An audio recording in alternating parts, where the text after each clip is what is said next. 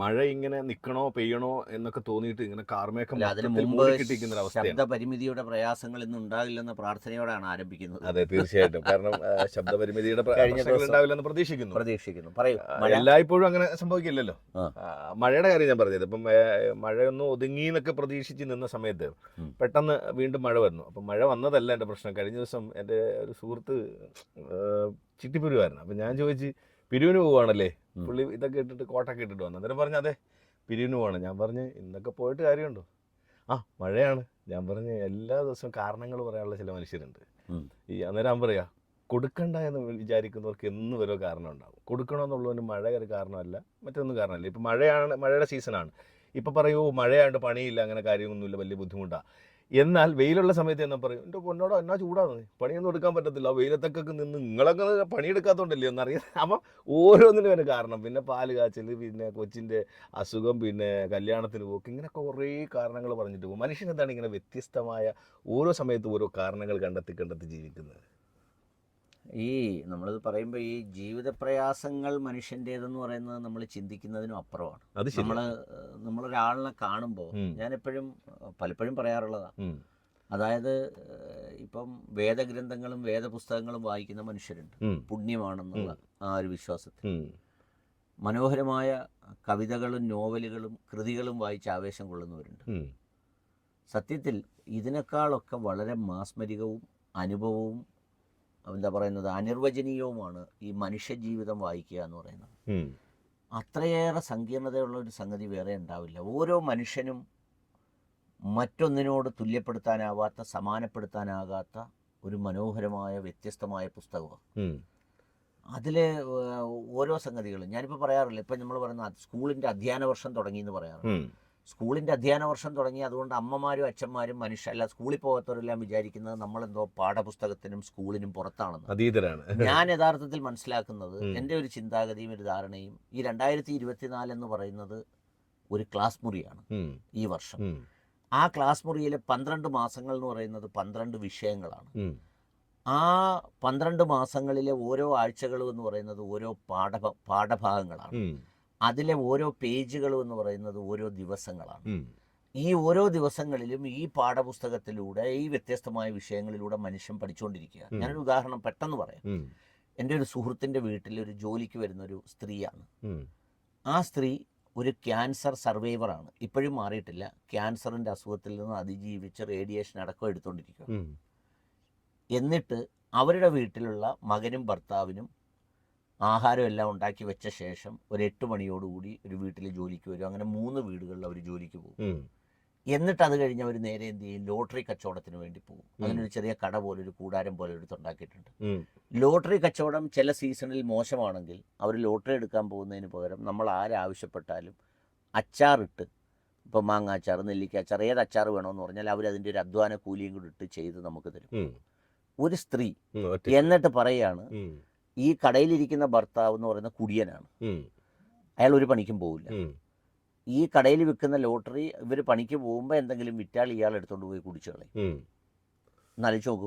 നമ്മളിപ്പോൾ പ്ലാൻ ചെയ്യുന്ന നമ്മുടെ ഒരുപാട് വിഷയങ്ങൾ എന്താ? മോക്ക് അതിന് കിട്ടിയില്ല, ഉദ്ദേശിച്ച കോഴ്സിന് കിട്ടിയില്ല, അല്ലെങ്കിൽ നമുക്ക് ഇഷ്ടപ്പെട്ട സാരി കിട്ടിയില്ല, അല്ലെങ്കിൽ നാത്തൂന് അങ്ങനെ പറഞ്ഞു, അല്ലെങ്കിൽ ഭർത്താവിൻ്റെ ചേട്ടൻ അങ്ങനെ പറഞ്ഞു, അല്ലെങ്കിൽ ബന്ധുക്കൾ അങ്ങനെ പറഞ്ഞു എന്നുള്ളതാണ് വിഷമമെങ്കിൽ, ഇതൊരു ഒരാളിൻ്റെ അതിജീവനത്തിൻ്റെ കഥയാണ് ഈ സംഭവം എന്ന് പറയുന്നത്. അപ്പോൾ ഓരോ മനുഷ്യരെയും നമുക്ക് അങ്ങനെ കാണാൻ കൂടി കഴിയണം. അപ്പോൾ ഇതിലിപ്പോൾ നിങ്ങൾ പറയുന്ന ഒരു വിഭാഗം ആളുകളുണ്ട്, ഒരു പണിക്കും പോകാത്ത, നിങ്ങളെപ്പോഴും വിയർപ്പിൻ്റെ അസുഖം എന്ന് പറയും, അങ്ങനെയുള്ളവരുണ്ട്. പക്ഷേ നിർവ്യാജമായി നിസ്സഹായരായ കുറേ മനുഷ്യരും അതുണ്ട്. അപ്പോൾ ഇതിൻ്റെ ഒരു വ്യത്യാസമുണ്ട്. പിന്നെ മലയാളികളെ സംബന്ധിച്ചിടത്തോളം എങ്ങനെയാണെന്നറിയോ? സാമ്പത്തിക ഇടപാട് നടത്തിയാൽ സന്തോഷത്തോടെ അവസാനിച്ചിട്ടുള്ളത് ഒരു 10-1 ഉണ്ടാവുമെന്ന് എനിക്ക് അറിഞ്ഞൂടാ, ഒരു 25-1 ഉള്ളൂ. അല്ലെങ്കിൽ അത് തിരിച്ചു കൊടുക്കുന്നത് എന്തോ ഒരു പക പോലെ. വാങ്ങുമ്പോൾ സന്തോഷവും കൊടുക്കുമ്പോൾ ഒരു പകപോക്കൽ പോലെ. പിന്നെ അത് മിണ്ടൂല്ല. ചിലരുടെ നമ്മൾ വായ്പ കൊടുത്തിട്ട് പിന്നെ തിരിച്ചു ചോദിച്ചു പോയാൽ പിന്നെ പിണക്കമായി, സംഗതിയായി. അങ്ങനെ സാമ്പത്തിക ഏർപ്പാടുകളുമായി ബന്ധപ്പെട്ട് സൗഹൃദം ഉണ്ടാക്കിയവരും നഷ്ടപ്പെട്ടവരുമായ ഒരുപാട് മനുഷ്യർ കേൾക്കുന്നുണ്ട്. എനിക്ക് തോന്നുന്നു അതിനെക്കുറിച്ച് സംസാരിക്കാം. ശരിയാണ്. അതായത് ഈ കൈയിരിക്കുന്ന കാശ് കൊടുത്ത് കടിക്കുന്ന പട്ടിയെ വാങ്ങുക എന്ന് പറയുന്ന ഏർപ്പാടുണ്ട്. അതൊരു വല്ലാത്ത അവസ്ഥയാണ്. ശരിക്കും പറഞ്ഞാൽ നമ്മളിപ്പോ ആവശ്യത്തിനാണല്ലോ നമ്മൾ പണം വാങ്ങുന്നത്. ഇപ്പൊ അതിന്റെ ഒരു ഘട്ടം കൂടെ കഴിഞ്ഞ് ഞാനതങ്ങ് ഫിനിഷ് ചെയ്തോട്ടെ. അതിന്റെ ഒരു ഘട്ടം കൂടെ കഴിഞ്ഞപ്പോ എങ്ങനെയാന്ന് വെച്ചാൽ ഓൺലൈനിൽ ഞാനാന്നും പറഞ്ഞൊരു പേജ് വേറെ ആരാണ്ടങ്ങ് തുറക്കുക, തുറന്നിട്ട് എന്നോട് തന്നെ ചോദിക്കുക പൈസ എവിടെ ഉണ്ട്, അതൊരവസ്ഥയാണല്ലേ. എന്നിട്ട് പലരോടും ചോദിക്കും. ഇപ്പം ചിലർ ചോദിക്കുമ്പോൾ നമ്മൾ ഇപ്പോൾ ഒരു മിനിസ്റ്ററുടെ PS-ന്റെ പേരിൽ എനിക്ക് അടുപ്പമുള്ള ഒരു മന്ത്രിയുടെ പ്രൈവറ്റ് സെക്രട്ടറി ഉണ്ട്. അദ്ദേഹത്തിന്റെ പേരിലാണ് എന്നോട് ഇങ്ങോട്ടും ചോദിക്കുന്നത്, ഇങ്ങനെ ചോദിച്ചിട്ട് ഇച്ചിരി കാശ് ഇടാവോ എന്നൊക്കെ. അപ്പൊ പുള്ളിയൊന്നും നമ്മളങ്ങനെ കാശ് ചോദിക്കുന്ന ഒരാളായിട്ട് കണ്ടിട്ടേ ഇല്ല. അപ്പം അങ്ങനെയാണ് ഇങ്ങനെയാണെന്നും പറഞ്ഞ് അത് ചോദിക്കുക. പിന്നെ അവന്മാരുടെ അടുത്ത് അങ്ങോട്ട് മലയാളത്തിൽ പറഞ്ഞാൽ പിന്നെ അവന്മാർ മിണ്ടത്തില്ല. കാരണം ഈ തട്ടിപ്പിന് ഓൺലൈനിലുള്ളത് മലയാളിയല്ല. ഓൺലൈനിൽ മലയാളി ഇല്ലാത്തതിന്റെ കാരണം എന്താണെന്ന് ചോദിച്ചാൽ ഈ ബാക്കി തട്ടിപ്പെല്ലാം പുറത്തു നിന്ന് നടത്തുന്നതുകൊണ്ട് ഇവന് ഓൺലൈനിൽ കയറാൻ സമയം. അങ്ങനെ വ്യത്യസ്തമായ പലതരത്തിലുള്ള സാമ്പത്തിക ചൂഷണങ്ങളും സാമ്പത്തിക തട്ടിപ്പുകളും പല രൂപത്തിലും ഭാവത്തിലും ഉണ്ട്. അതിപ്പോൾ എങ്ങനെയാണെന്ന് ചോദിച്ചാൽ എന്താ പറയുന്നത്, തെങ്ങും തൈ വെക്കുന്ന രൂപത്തിലുണ്ട്, വാഴ കൊണ്ട് കൊടുക്കുന്ന രൂപത്തിലുണ്ട്. കൃഷ്ണപുരം CPCRIന്ന് കൊണ്ടുവരുന്ന തെങ്ങും തയ്യ അഡ്വാൻസ് എടുക്കണമെന്നും പറഞ്ഞ് കുറച്ച് കാശ് വാങ്ങിച്ചുകൊണ്ട് പോകുന്നവരുണ്ട്. മെത്ത കച്ചവടം പോലുണ്ട്, ഫർണിച്ചർ കച്ചവടം പോലുണ്ട്. പണം തട്ടിപ്പ് ഒത്തിരി വേർഷൻസ് ഉണ്ട്. മാഞ്ചിയുണ്ട്, ആടുണ്ട്, മണിച്ചീരുണ്ട്, കുറെ സാധനമുണ്ട്. അപ്പം കാലത്തിനനുസരിച്ചിട്ട് പുതിയ പുതിയ മാറ്റങ്ങൾ വരും. ഈ അടുത്ത സമയത്ത് ഞാൻ ഇതുപോലെ തന്നെ ഫേസ്ബുക്കിൽ ഒരു ഫ്രണ്ട് റിക്വസ്റ്റ് വന്ന് ഞാനത് അക്സെപ്റ്റ് ചെയ്തു.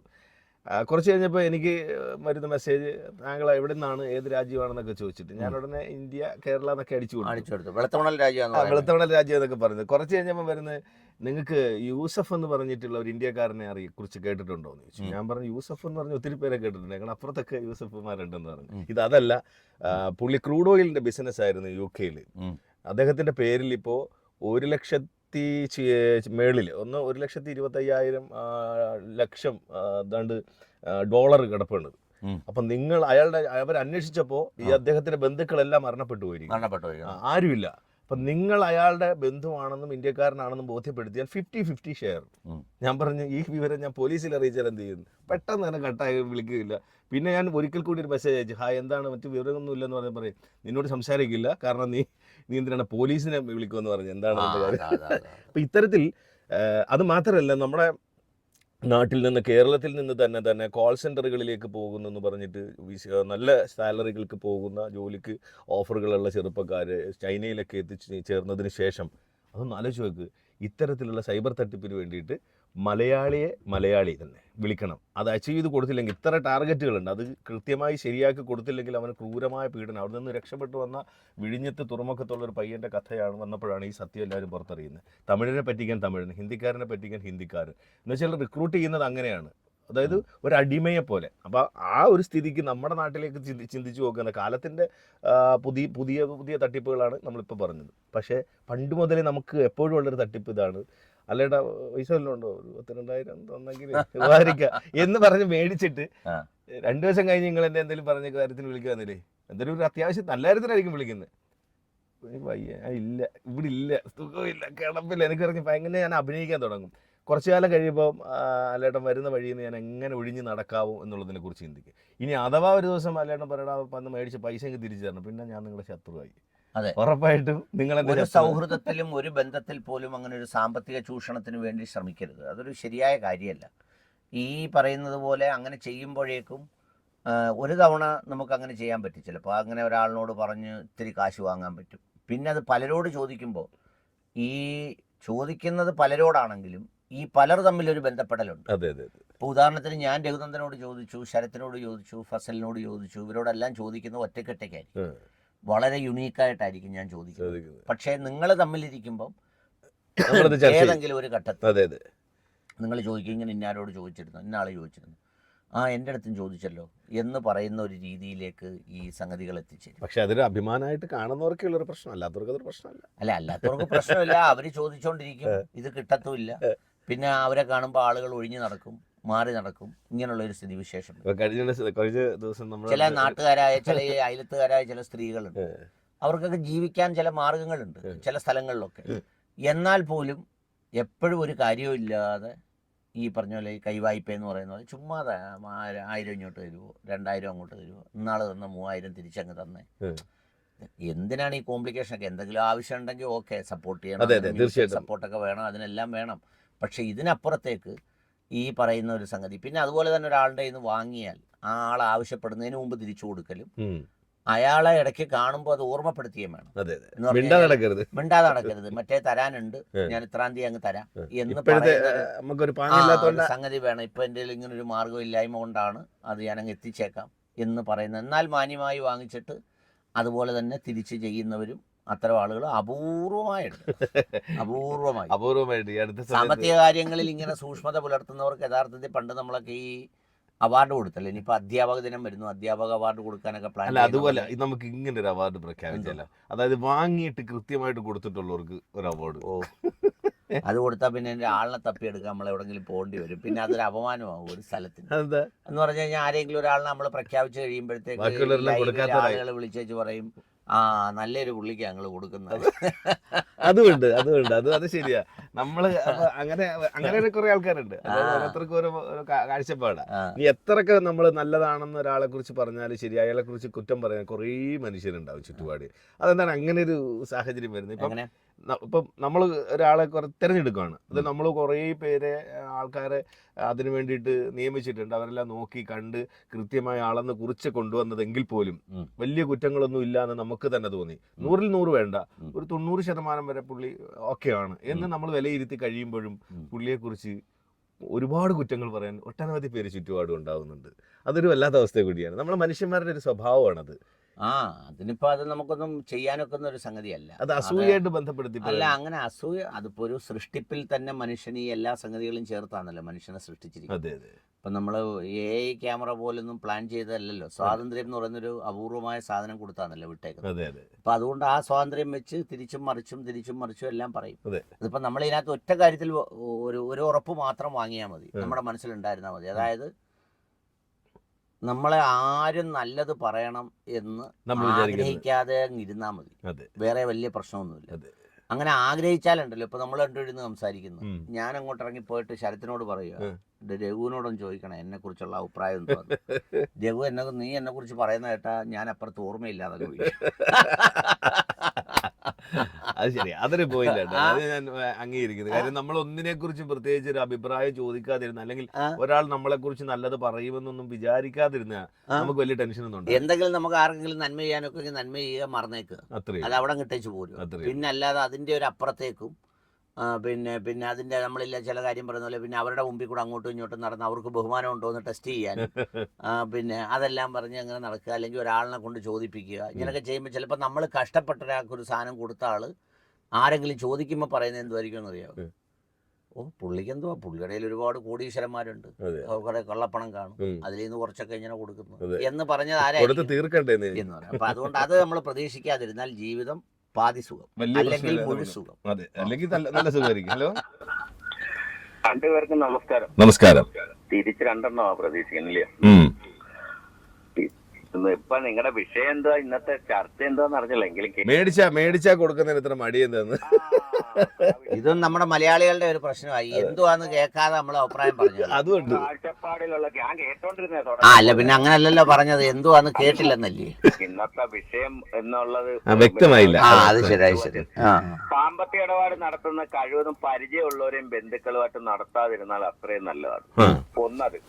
രണ്ടാമത്തെ കാര്യം, ഇപ്പൊ രഘുനന്ദ സാറിനെ ചോദിച്ചാൽ, ഞാൻ ഇവിടെ ഇല്ലാത്ത ആളായിരുന്നു 50 കൊല്ലം കൊണ്ട്, എനിക്ക് അറിയത്തില്ല. ജനിക്കുന്നതിന് മുമ്പ് ഞാൻ ഇവിടെ ഇല്ലാത്ത ആളല്ലായിരുന്നു. ഇങ്ങനെ പറഞ്ഞ പോയാൽ ഏറെക്കുറെയൊക്കെ നല്ലതാണ്. പിന്നെ ഇപ്പം ഞാൻ എവിടെങ്കിലും വന്ന് നിന്നുകൊണ്ട് നിങ്ങൾ രണ്ടുപേരെ പറ്റി ഇന്നതുപോലാണ്, പുള്ളി ടൈറ്റാനിയത്തി ജോലിയുള്ള ആളാ, മറ്റേ മറിച്ച് ഇയാടെ പറച്ചിൽ കേട്ടിട്ട് ഇന്ത്യൻ രാഷ്ട്രപതിയെക്കാൾ വലിയ ഈ ആള് തന്നെ ഈ മറുപടി പറയുന്നത്. അതൊന്ന്. രണ്ടാമത്തെന്ന് പറഞ്ഞു കഴിഞ്ഞാൽ വെച്ചാൽ, ഈ നമ്മളിപ്പോ പൈസ കൊടുത്ത് മേടിച്ച്, നിങ്ങളുടെ ഞാൻ കടം മേടിച്ച് കുറച്ചാണ് കഴിയുമ്പോ എന്തോ വരുമ്പോ നിങ്ങൾക്ക് ആവശ്യമുണ്ടോ ബുദ്ധിമുട്ടുണ്ടോ അതൊന്നും എനിക്കറിയേണ്ട കാര്യമില്ല, ചോദിച്ചു കഴിഞ്ഞാൽ. പിന്നെ ഏതാണ്ട് ആജീവനാന്ത ശത്രു ഒന്ന് ഇല്ലെങ്കിലെന്ന് വെച്ചാൽ ലോകത്തിലെ ഏറ്റവും വലിയ വിഷം കൂടിയ ഒരു തവള, ഒരു ഇനത്തിൽപ്പെട്ട ഒരെണ്ണമാണ് തവള. വലിയ പോയിസൺ അവന്റെ കയ്യിൽ നിന്ന് ഇങ്ങോട്ട് വരുന്നു. അങ്ങനെ ഒരുപാട് അനുഭവങ്ങൾ സ്വന്തം നാട്ടിലും ഇന്ത്യയിലെ പല ഭാഗങ്ങളിലും പിന്നെ ഗൾഫിലും. അപ്പൊ ലോകത്തിന്റെ എല്ലാ കോണിലും ഈ പരിപാടി ഉണ്ട്. ലോകത്തിന്റെ എല്ലാ കോണിലും ഈ പരിപാടി ഉണ്ടെന്ന് മാത്രമല്ല, അവിടെ എല്ലാം ഉണ്ടെന്നാണ് ഇത് പണം മാത്രമല്ല, ഇതുപോലെ തന്നെ സ്വർണം നഷ്ടപ്പെട്ട ഒത്തിരി പേരുണ്ട് നമ്മുടെ നാട്ടിൽ.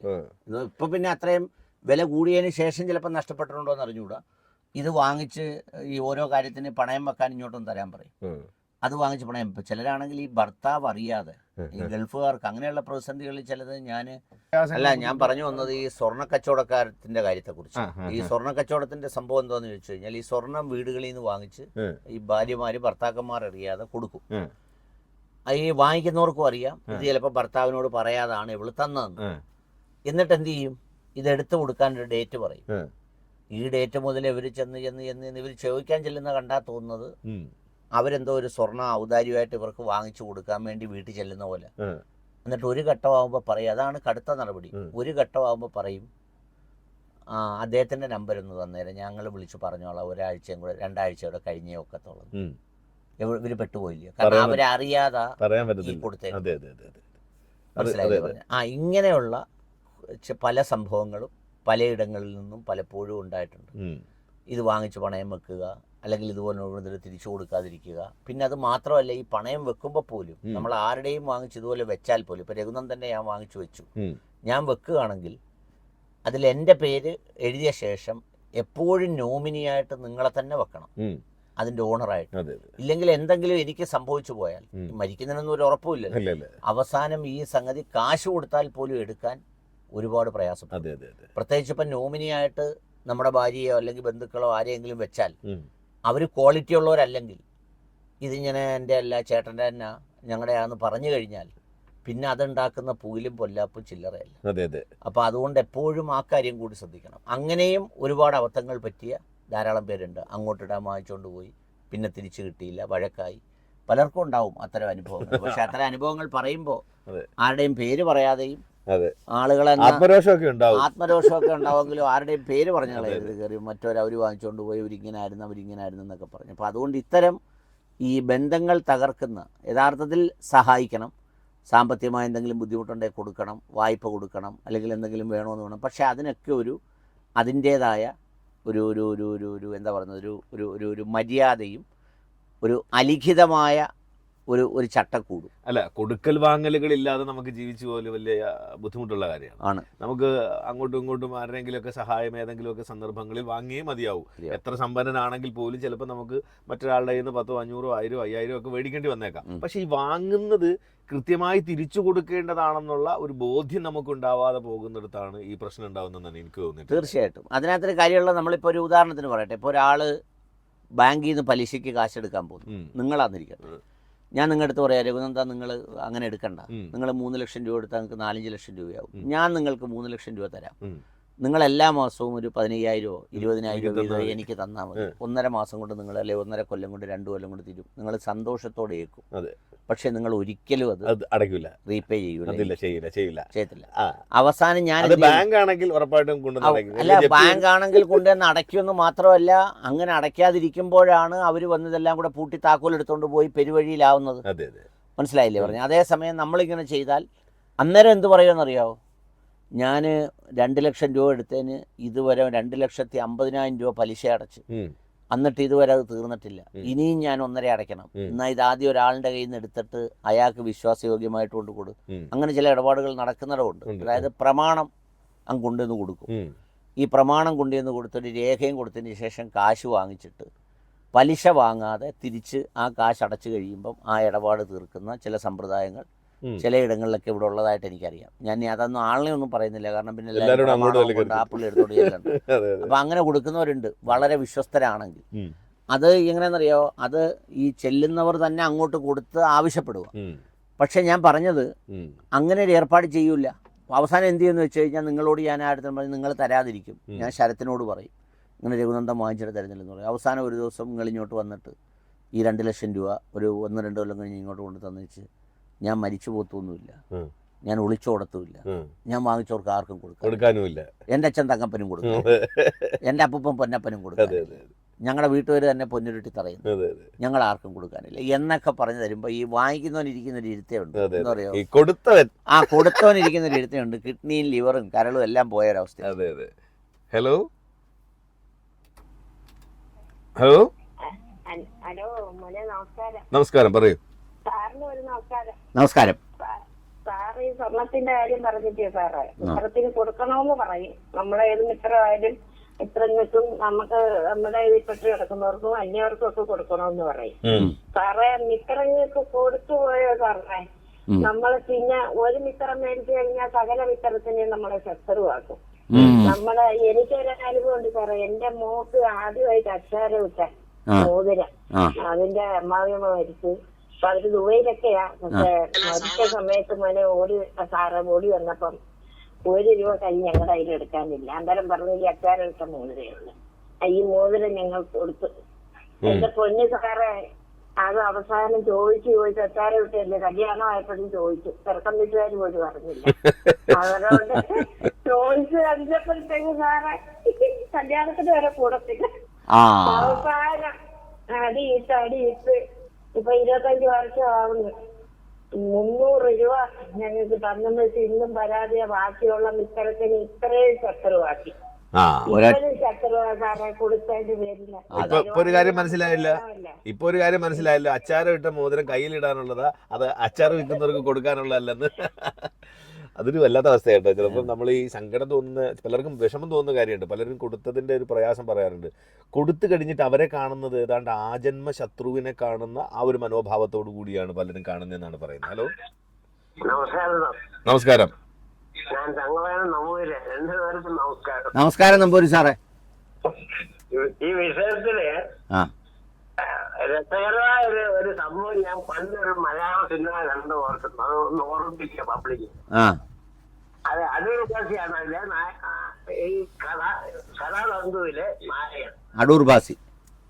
അത് ഏത് പുള്ളി കുറെ കാശ് കടം മേടിച്ച് തിരിച്ചു കൊടുക്കുന്നില്ല. അത് കഴിഞ്ഞ് ബിയുടെ മേടിച്ച് സ്റ്റേക്ക് കൊടുത്ത് കുറെ കഴിച്ച് തിരിച്ച് ബിയുടെ കൊടുത്ത്. അങ്ങനെ കുറെ കഴിഞ്ഞപ്പോ പുള്ളി അടൂർ ഭാഷ പറയാ, ഇനി നിങ്ങൾ തമ്മിൽ ഈ ട്രാൻസാക്ഷൻ നടത്തുക, എന്നെ അങ്ങ് ഒഴിവാക്കിയത്.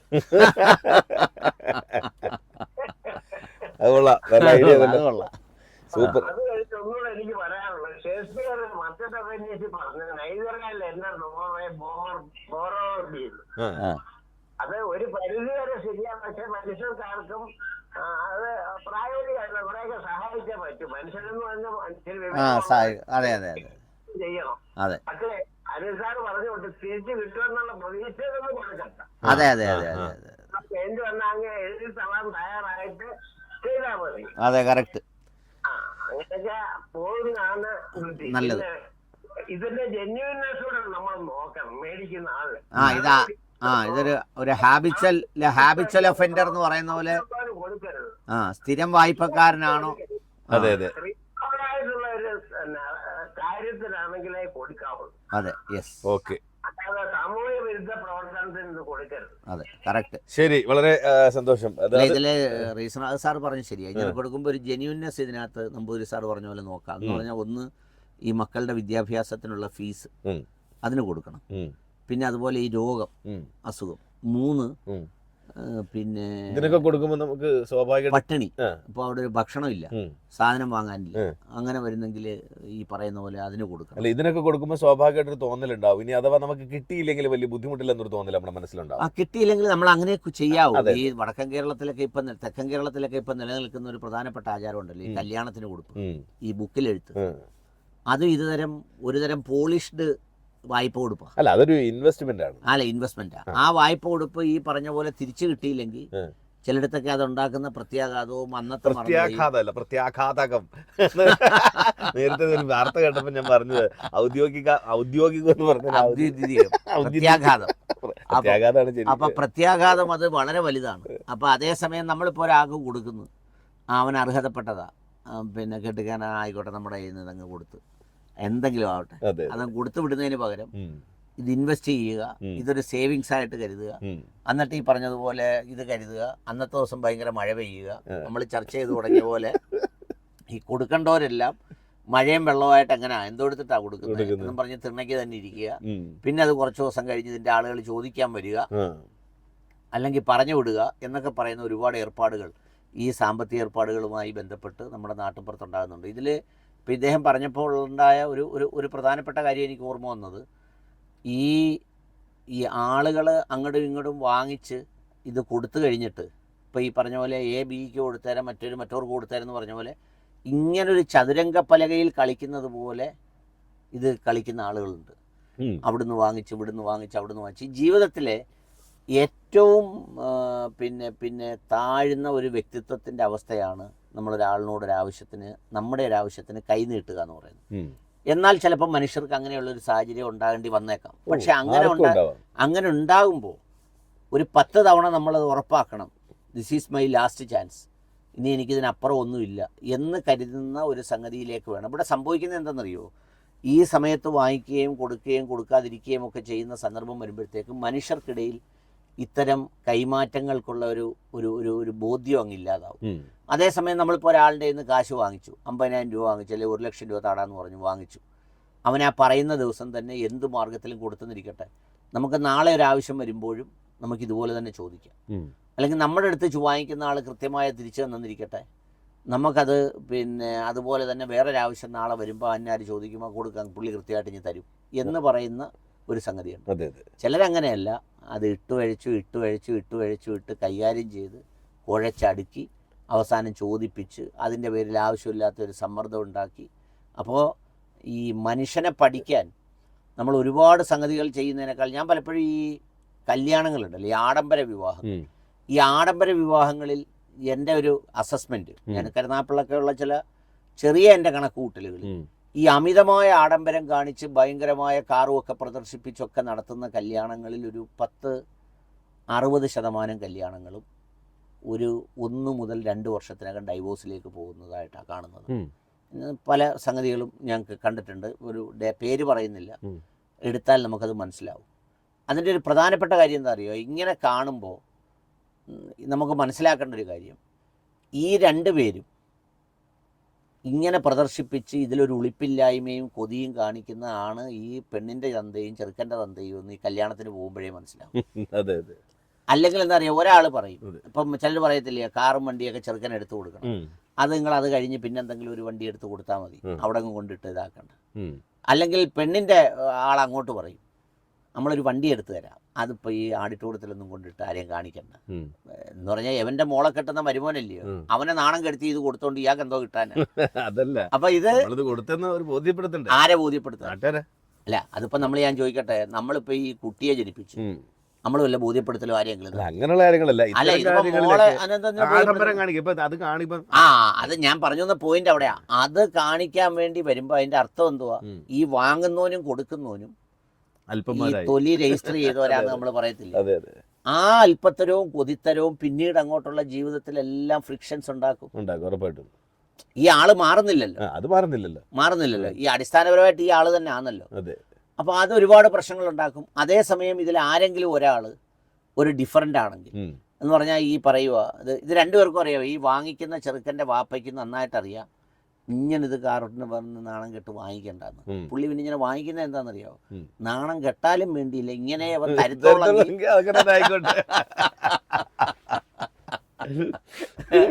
നമ്മുടെ നാട്ടിലൊരു ചൊല്ലുണ്ട്, നാണം കെട്ടവന്റെ എങ്ങോ ഒരാള് കളിച്ച് അതൊരു തണലെന്ന്. അത് അങ്ങനെ വണ്ടിക്കകത്തെല്ലാം പൂജക്കെല്ലാം ഇതിട്ട് സത്യം പറഞ്ഞാൽ ഇതങ്ങ് ആഡിറ്റോറിയത്തിൽ കയറ്റിയിട്ടുണ്ട്. അതായത് ഈ സ്റ്റേജില് ഇപ്പൊ അതിനൊക്കെയുള്ള സംവിധാനമുണ്ട്.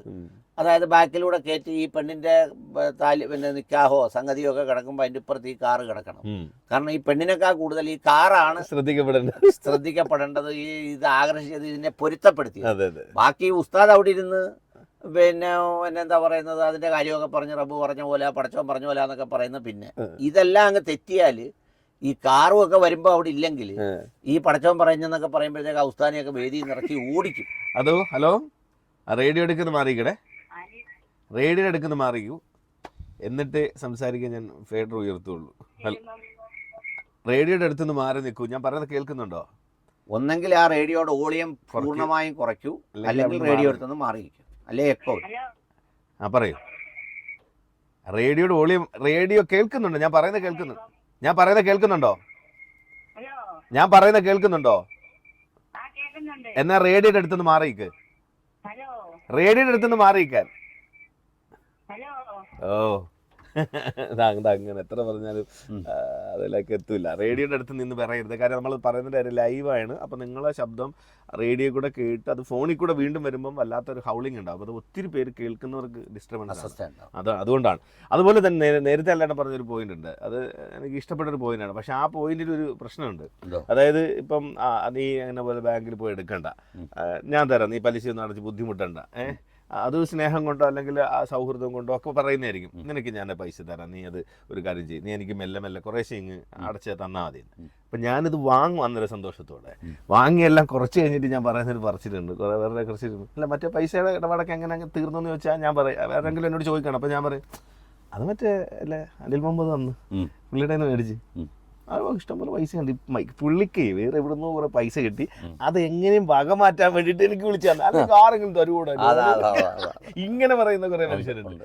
ഹലോ അനിൽ സാറ് പറഞ്ഞ കറക്റ്റ് കാര്യമാണ്.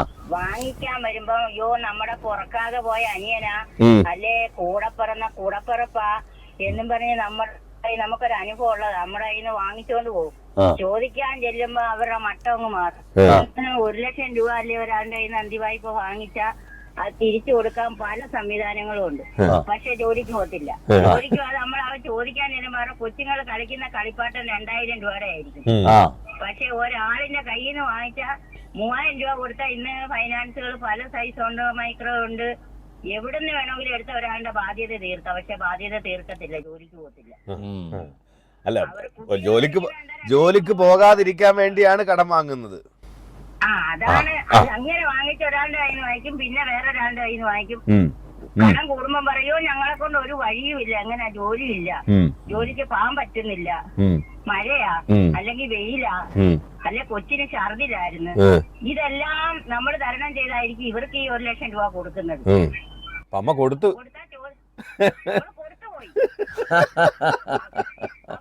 കൊടുത്തുപോയി.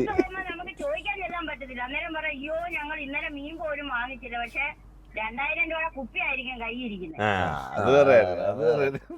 അതേ ലോൺ വായ്പ വാങ്ങിച്ചെന്നുള്ളത് ആ വേദന മറക്കാൻ വേണ്ടിയുള്ള. അതെ അതെ അതെ, അവരൊരു കൊടുക്കാൻ പറ്റാത്തതിന്റെ ഒരു വിഷമം ഉണ്ടല്ലോ.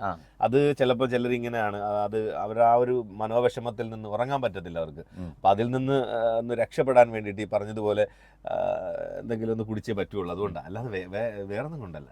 അപ്പൊ അങ്ങനെ ചിന്തിക്കരുത്. അതാണ്. അതുകൊണ്ട് ഞാൻ എപ്പോഴും പറയുന്നത് എന്താണെന്നറിയോ, ഈ നമ്മുടെ ഈ ബാറുകളുണ്ടല്ലേ, ഈ മദ്യവിൽപ്പനശാലകൾ, അവര് ഈ പറയുന്ന മദ്യം വിൽക്കുന്ന അതിനകത്ത് ഒരു ചെറിയ എമൗണ്ട് ഒരു ചിട്ടി പോലെ അടിക്കുകയും കൂടെ വേണം. എടുത്തിട്ട് കുടിച്ചാവുന്നവന്റെ കുടുംബത്തിന്. എന്നാൽ പിന്നെ അവിടെ ആരും കയറത്തുമില്ല. ഒന്നാമത് എത്രയോ ചായ കടകൾ, ഞാൻ പറയാം, ചെറിയൊരു ഇടവേള ആവശ്യമുണ്ട്, അതിനുശേഷം നമുക്ക് തിരിച്ചു വരാം.